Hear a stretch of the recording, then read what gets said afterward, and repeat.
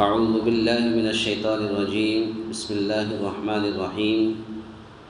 ولقد أرسلنا نوحا إلى قومه إني لكم نذير مبين ألا تعبدوا إلا الله إني أخاف عليكم عذاب يوم أليم.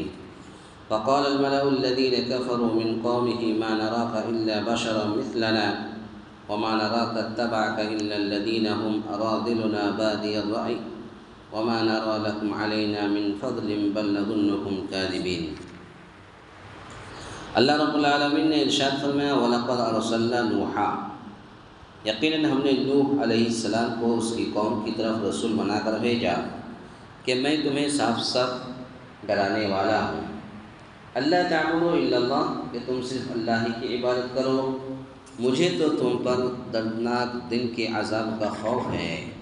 فقال الملأ الذين كفروا من قومه، اس کی قوم کے کافروں کے سرداروں نے جواب دیا کہ ہم تو تجھے اپنے جیسا انسان ہی دیکھتے ہیں، تیرے تابع داروں کو بھی ہم دیکھتے ہیں کہ یہ لوگ واضح طور پر سوائے نیچ لوگوں کے اور کوئی نہیں جو بے سوچے سمجھے تمہاری پیروی کر رہے ہیں، ہم تو تمہاری کسی قسم کی برتری اور اپنے اوپر نہیں دیکھ رہے ہیں بلکہ ہم تو تمہیں جھوٹا سمجھ رہے ہیں۔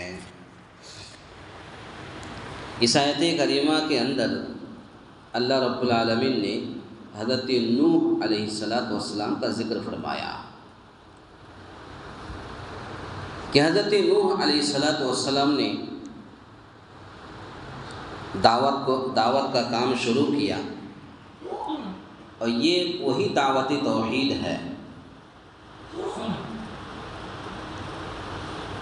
کچھ لوگ کہتے ہیں کہ دعوت توحید کا مطلب ہے کہ اہل حدیث، تو کچھ لوگ کہتے ہیں کہ اہل حدیث بعد میں آئے، تو جنہوں نے بھی کہا ہے غلط کہا ہے۔ اہل حدیث کی ایجاد بہت قدیم ہے۔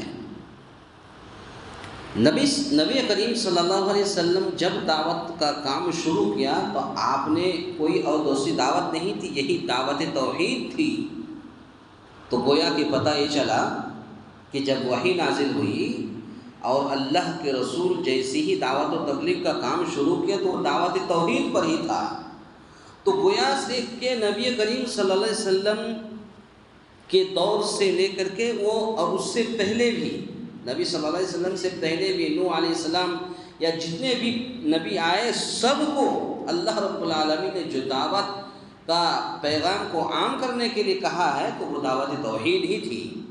تو یہ وہی دعوت توحید ہے جو ہر نبی نے آ کر اپنی اپنی قوم کو دی، جس طرح سے اللہ رب العالمین نے دوسری جگہ فرمایا وَمَا أَرْسَلْنَا مِن قَبْلِكَ مِن رَّسُولٍ إِلَّا نُوحِي إِلَيْهِ أَنَّهُ لَا إِلَٰهَ إِلَّا أَنَا فَاعْبُدُونِ، سورہ انبیاء آیت نمبر 25، کہ جو پیغمبر ہم نے آپ سے پہلے بھیجے ان کی طرف بھی یہی وحی کی کہ میرے سوا کوئی معبود برحق نہیں ہے، بس میری ہی عبادت کرو۔ تو نبی سے پہلے بھی جتنے نبی آئے سب کو یہی پیغام دیا اور سب نے اسی پیغام کو عام کیا، دعوت توحید کو پھیلایا۔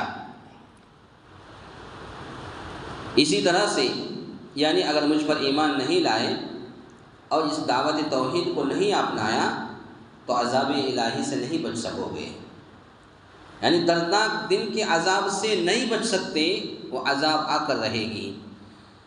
پھر اس کے بعد دوسری آیت کے اندر اللہ رب العالمین نے فرمایا فقال الملأ الذين كفروا من قومه، اس کی قوم کے کافروں کے سرداروں نے جواب دیا کہ ہم تو تجھے اپنے جیسا انسان ہی دیکھتے ہیں، یعنی اگر مجھ پر ایمان نہیں لائے، یہ وہی شبہ ہے، یہ وہی شک و شبہ ہے جس کی پہلے کئی جگہ وضاحت کی جا چکی ہے۔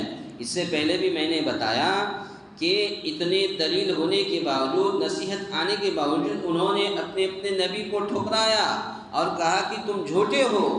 کافروں کے نزدیک بشریت کے ساتھ نبوت و رسالت کا اجتماع بڑا عجیب تھا، یعنی کفار مکہ، مشرکین مکہ، ان کے نزدیک کہتے ہیں کہ ایک انسان ہے اور ایک انسان نبی اور رسول کیسے ہو سکتا ہے، انہوں نے کہا لیکن ہو سکتا ہے، اللہ تعالیٰ جسے چاہے اللہ تعالیٰ نوازے۔ تو گویا کہ نوح علیہ السلام کے بارے میں کفار مکہ نے، مشرکین مکہ نے کہا یہ تو ایک انسان ہے ہماری جیسے، تم ایک انسان ہو اور تم نبی اور رسول کیسے ہو سکتے، ہم نہیں مانتے۔ تو یہ کافروں کے نزدیک یہ بڑا عجیب تھا کہ یہ کیسے ہو سکتا ہے۔ تو جس طرح آج کے اہل بدعت کو بھی عجیب لگتا ہے اور وہ بشریت رسول سے انکار کرتے ہیں۔ آج بھی کچھ لوگ اہل بدعت ایسے ہیں، وہ کہتے ہیں کہ ایک انسان کیسے رسول ہو سکتا ہے، اور آج بھی وہ انکار کر رہے ہیں۔ جیسے آپ کو پاکستان میں کیا نام ہے، نام تو نہیں معلوم، وہ لوگ انکار کر رہے ہیں کہ یہ کیسے ہو سکتا ہے کہ ایک انسان رسول ہو سکتا ہے۔ جی نہیں، بالکل ہو سکتا ہے، اللہ رب العالمین نے رسول بنایا ہے۔ تو جب اللہ رب العالمین نے بنایا تو تم کون ہوتے ہو بولنے والے؟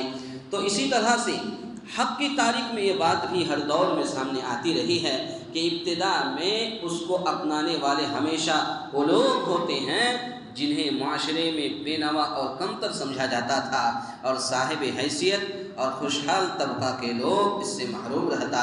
پتہ یہ چلا کہ اس وقت جنہوں نے ایمان کو اپنایا اور جنہوں نے نبی کا ساتھ دیا تو وہ کمتر سمجھتے تھے۔ کون؟ یہ بڑے بڑے لوگ، یہ خوشحال لوگ، یہ بڑے گھرانے کے لوگ، یہ ان کو کمتر سمجھتے تھے اور اپنے آپ کو بہت بڑا تصور کرتا تھا۔ تو گویا کہ اہل ایمان سے ایسے لوگوں کو اللہ رب العالمین نے محروم رکھا، حتیٰ کہ یہ چیز پیغمبروں کے پیروکاروں کی علامت بن گئی۔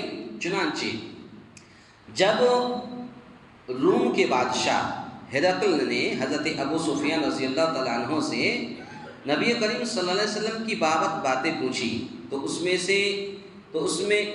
ان سے ایک بات یہ بھی پوچھی، یعنی کئی باتیں حضرت سفیان سے ہرقل بادشاہ نے پوچھا۔ اس میں سے ایک بات یہ بھی تھی کہ کیا محمد صلی اللہ علیہ وسلم کو تم نے جو دیکھا، کیا اس کو تم نے کبھی جھوٹ بولتے ہوئے پایا؟ تو انہوں نے کہا کہ نہیں، وہ سچ بولتے ہیں۔ اسی طرح سے یہاں پر جو ہے انہوں نے کہا کہ یہ بات بھی پوچھی کہ کیا اس کے پیروکار حضرت نوح علیہ السلام کے ماننے والے یا نبی کریم صلی اللہ علیہ وسلم کے ماننے والے کیا اس معاشرے کے معزز سمجھے جانے والے لوگ ہیں یا کمزور لوگ ہیں؟ تو حضرت سفیان رضی اللہ تعالیٰ عنہ نے جواب میں کہا کہ یہ لوگ کمزور ہیں، یہ لوگ کمزور ہیں۔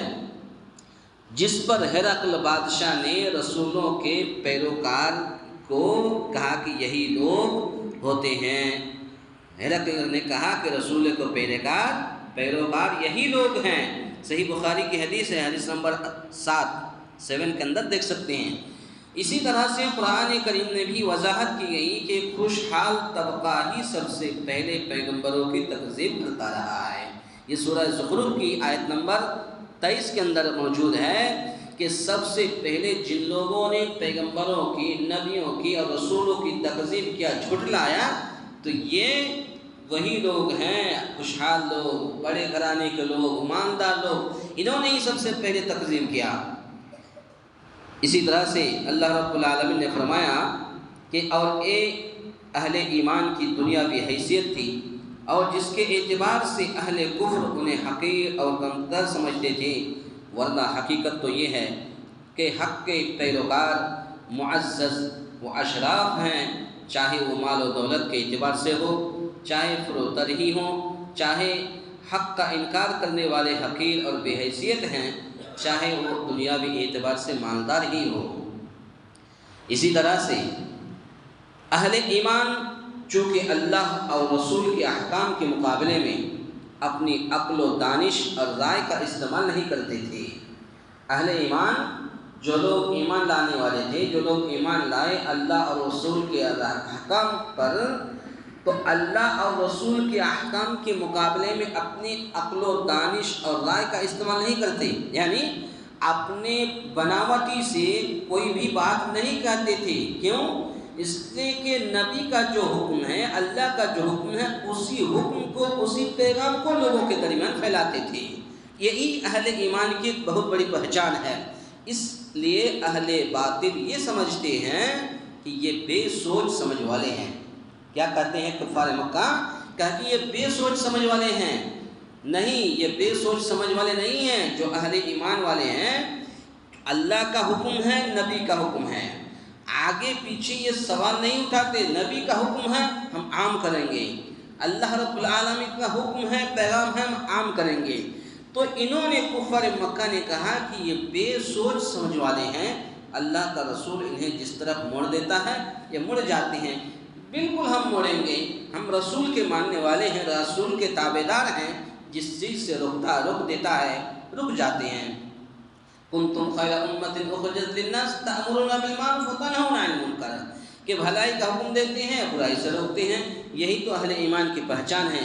یہ بھی اہل ایمان کی بڑی خوبی بلکہ ایمان کا لازمی تقاضا ہے، لیکن اہل کفر، کفار مکہ، مشرکین مکہ، اہل کفر و باطل کے نزدیک یہ خوبی بھی عجیب ہے، یہ کفار مکہ کے نزدیک یہ خوبی بھی عجیب ہے کہ یہ لوگ کیسے ہیں، اللہ کا پیغام اور نبی کا پیغام بے سوچے سمجھے مان لیتے ہیں۔ بالکل ہم مانیں گے، نبی کا حکم ہے، اللہ کا حکم ہے، ہم مانیں گے اور اس دعوت کو ہم پھیلائیں گے، عام کریں گے۔ اللہ رب العالمین سے دعا ہے یا الہ العالمین ہم تمام مسلمانوں کو کہنے سننے سے زیادہ نیک عمل کرنے کی توفیق عطا فرمائے۔ آمین۔ اقول قولی ھذا استغفر اللہ لی ولکم ولسائر المسلمین واستغفروہ انہ هو الغفور